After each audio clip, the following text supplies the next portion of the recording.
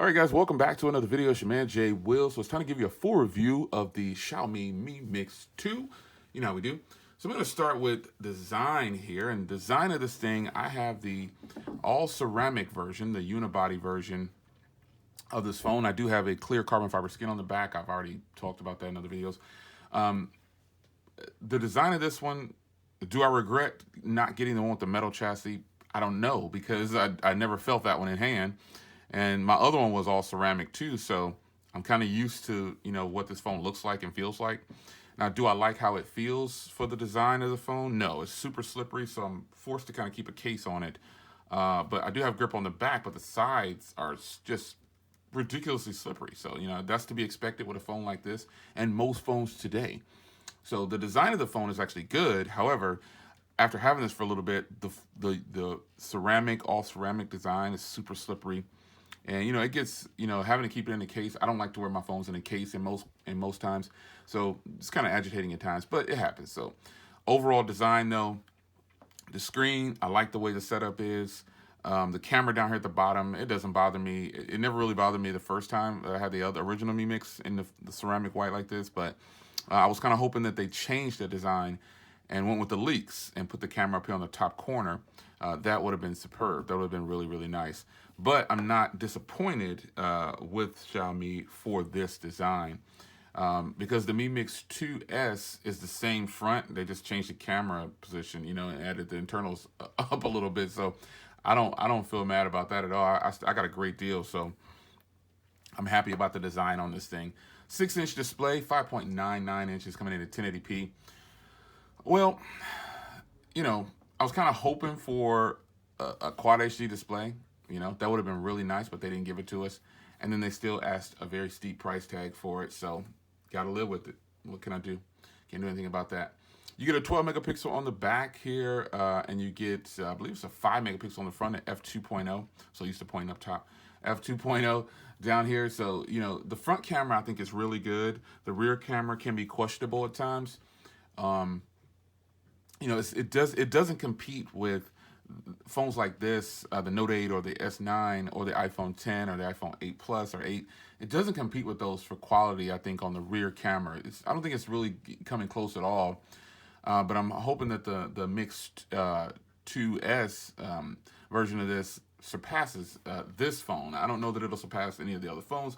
However, I want it to be better than this phone's rear camera.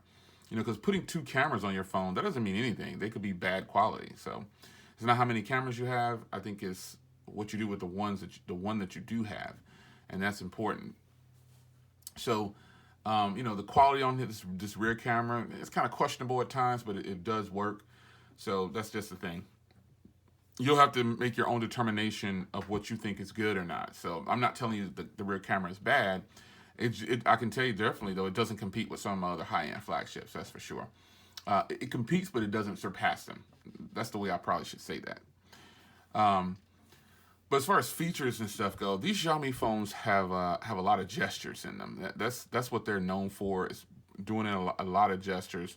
And, I mean, there's just so many to go over. It would be kind of crazy for me to try to cover them all, but I don't even really use gestures too much. So it doesn't apply to me, but there are gestures there for people who want to use those. But the one thing is that it doesn't have a lot of options because, features and options, because this is kind of this skin on here supersedes that. So you're going to get what they give. The most you can do is probably theme this thing. You could change the ROM if you wanted to, and put, whatever stock launcher or whatever you want to do on there. That's the great part about Android. But features and options, there's not a lot of them. Let's just be straight to the point. There's not a lot of them. Where the phone does shine, though, is performance. Performance on this thing has been great. Again, it is pushing 8 gigs of RAM and a Snapdragon 835 with a 3400 milliamp hour battery on a 1080p display. You can't beat that. That's definitely going to give you great battery life. No hiccups, no stutters. I don't have any problems with the software crashing or anything like that. Nothing. There's just nothing there. I'm not having any problems. So if you're having problems, shout it out in the comments. Let me know, and maybe you'll get some help from some of the people who own the phone as well. But for me, I'm not having any problems. I didn't anticipate having any problems with software or performance, and it's just what it is. Now I want to speak about the battery life. The battery life on this thing, it goes all day. It could go several days depending on who you are. But for me, it's one of those go all day phones, which means I can get about a day, day and a half out of it, and that's about where I'm sitting at right now. Possibly that's about where I'm at. So screen on time is important to a lot of people. For me, I think I'm starting to, like I said, I'm starting to measure my phones on how long I can stay off the charger, and for that's important to me because that means I'm getting the usage that I need, and I don't want to always be plugged in. It's an inconvenience to charge sometimes. So screen on time for me is no more than 6.5 hours of screen on time. I probably could push 7 hours of screen on time. However, I probably wouldn't be able to get through a full day because that would just mean me continuously. Some people can get 8 hours on these phones, but again, it depends on what apps you have, and it depends on what you're doing with your phone and how you use it daily. So some people, you need to remember that. I guess another downside to this phone, I shouldn't call it a downside. This has stereo speakers, and they're loud, but they don't compete with some of my other phones. I think the Galaxy Note 8 has a better speaker than this phone, or is this as loud? But having dual speakers is nice. This isn't a true dual setup to me, and just like on the S9, the S9 is probably the most high quality dual set of speakers I have right now, possibly. But I'll still need to compare it to the X and the 8 Plus. But that's subjective. You determine what you think is high quality and what sounds the best. This is just my point of view on it. But these speakers are not very loud, that's for sure. They have good quality, but they're not very loud at all. To be dual speakers, which is one here and the earpiece and the other one coming out the bottom. Not the loudest setup you'll ever hear. Now, another thing, for the price tag that these guys are asking for this particular model that I have, if you didn't catch it on sale for $600, you're like, sale? Yeah. If you didn't catch it on sale for $600 or $579 is what I called it for, you might be paying upwards of $700, and so you might start to think of other phones. You might think, wow, it doesn't have waterproofing, it doesn't have wireless charging, it doesn't have a lot of features, and you'd be right.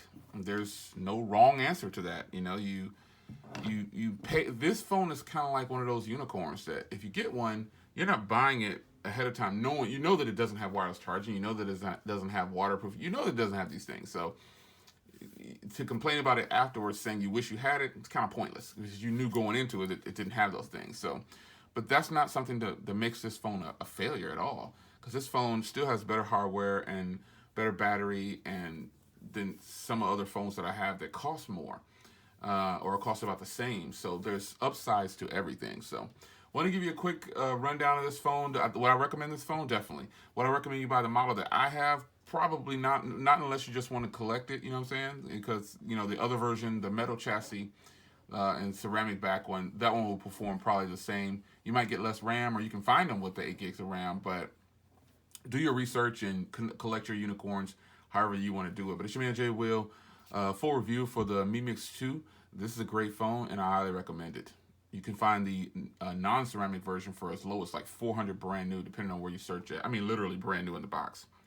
So I'll see you guys in the next video. Leave a comment down below. Let me know what you think about your Mi Mix 2 and how good it's treating you. Take care.